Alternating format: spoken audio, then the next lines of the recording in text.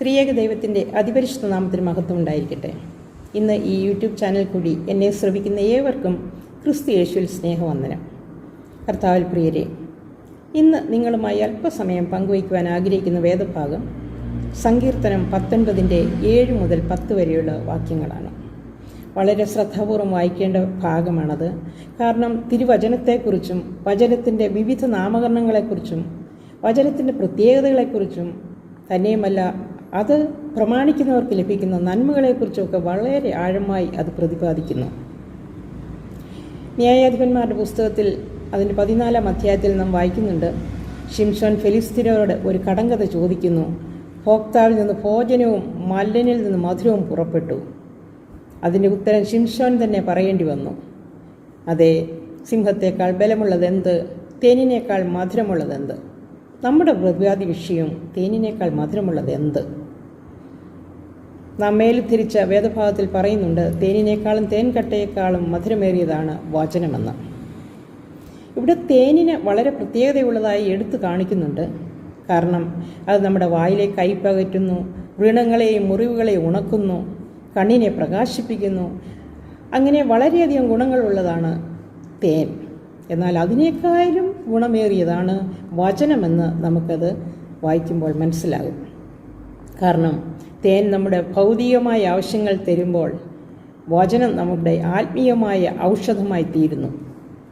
വചനം നമ്മുടെ ഉള്ളിലുള്ള കയ്പിനെയും അസൂയ, പിണക്കം, വിദ്വേഷം എന്നിവയൊക്കെയും തുടച്ചു മാറ്റുവാൻ കഴിയുന്നതാണ്. എല്ലാ ദുസ്വഭാവങ്ങളെയും മാറ്റി നമ്മളെ ശുദ്ധീകരിക്കുവാൻ വചനത്തിന് കഴിയുന്നുണ്ട്. അത് നമുക്ക് ജീവൻ നൽകുന്നതാണ്. അതുകൊണ്ട് തന്നെ നമ്മുടെ കണ്ണിനെ പ്രകാശിപ്പിക്കുന്നു.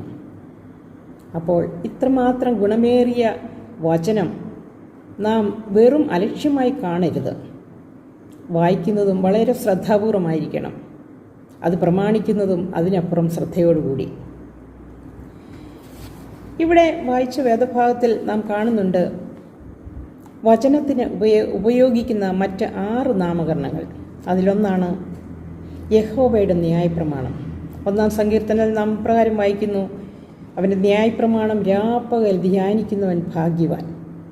ആ ഭാഗ്യാവസ്ഥ നമുക്കും വേണ്ടേ? അപ്പോൾ യഹോവയുടെ ന്യായപ്രമാണം എന്നാണ് വചനത്തിന് പറയുന്ന ഒരു നാമകരണം.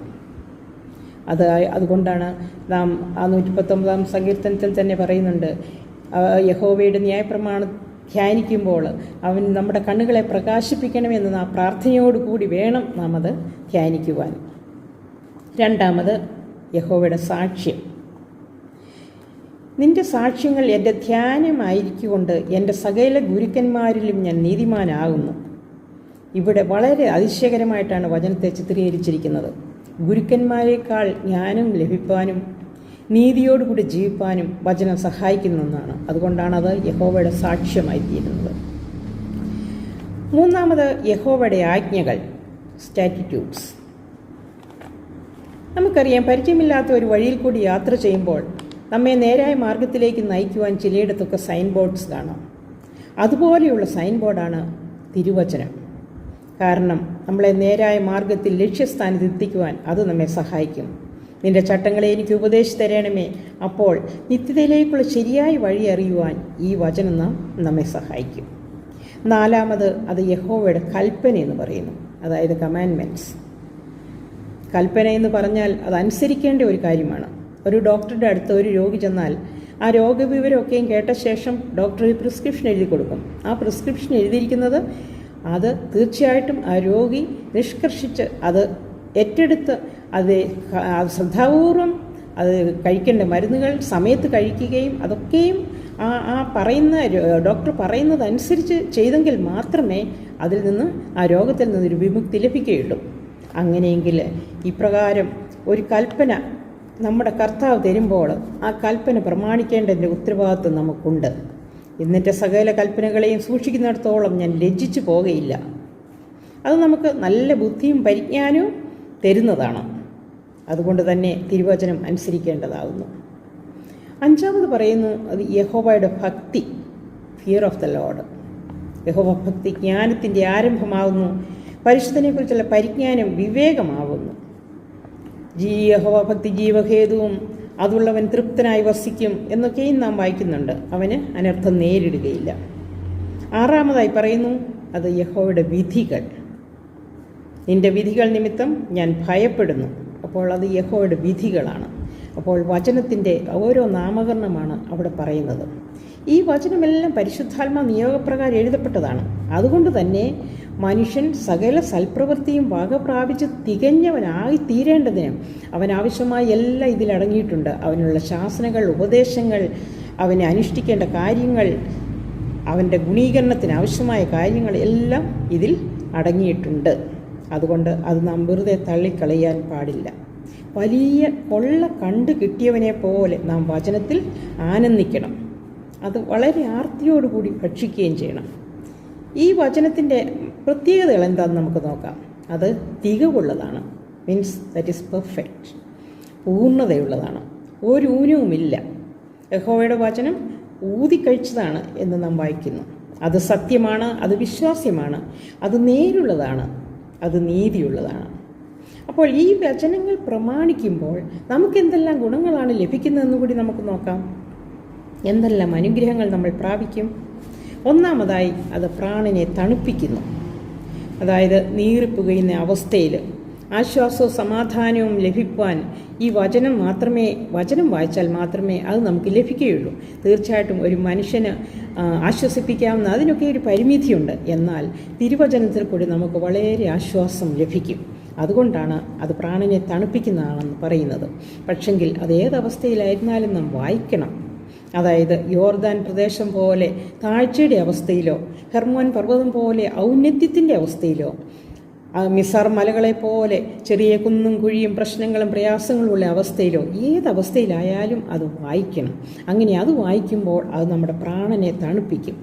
രണ്ടാമത്തെ ബ്ലെസ്സിങ് എന്ന് പറയുന്നത് അത് അല്പബുദ്ധിയെ ജ്ഞാനിയാക്കുന്നു. ബുദ്ധി ഉപദേശിച്ച് തരികയും മാത്രമല്ല, അത് വളരെ ജ്ഞാനിയും വിവേകിയുമാക്കി തീർക്കുന്നതാണ്. അങ്ങനെ ഒരു വിവേകിയായി തീർന്നെങ്കിൽ, അഥവാ ഒരു ജ്ഞാനിയായി തീർന്നെങ്കിൽ മാത്രമേ നമുക്കൊരു ഉൾക്കാഴ്ച ഉണ്ടാകുകയുള്ളൂ. എന്തിനാണ് ആ ഉൾക്കാഴ്ച? നമ്മെ തന്നെ ശോധന ചെയ്യുവാനും നമ്മെ ശുദ്ധീകരിക്കുവാനും അത് അത്യന്താപേക്ഷിതമാണ്. കാരണം വിശുദ്ധീകരണം പ്രാപിക്കാതെ ഒരുവനും ദൈവത്തോടടുക്കുവാൻ കഴിയുകയില്ല. അതുകൊണ്ട് തന്നെ നമുക്ക് അത് വിശുദ്ധി പ്രാപിക്കണമെങ്കിൽ നാം അത് ജ്ഞാനം ലഭിക്കണമെങ്കിൽ അതെപ്പോഴും ധ്യാനിക്കുകയും വായിക്കുകയും ചെയ്യണം. മൂന്നാമത് അത് ഹൃദയത്തെ സന്തോഷിപ്പിക്കുന്നു. സന്തുഷ്ട ഹൃദയം നല്ലൊരു ഔഷധമാകുന്നു എന്ന് നാം കാണുന്നു. കാരണം മനസ്സ് തകർന്ന ഒരാൾക്ക് ശരീരം എത്ര പുഷ്ടിയോടെ ഇരുന്നാലും പിടിച്ചു നിൽക്കുവാനാവില്ല.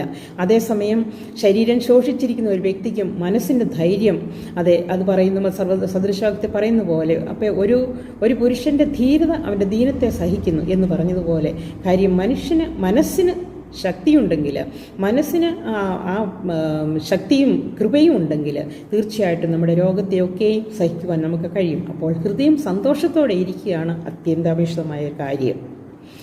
അങ്ങനെയെങ്കിൽ മാത്രമേ നമുക്ക് മുന്നോട്ട് പോകുവാൻ കഴിയുകയുള്ളൂ.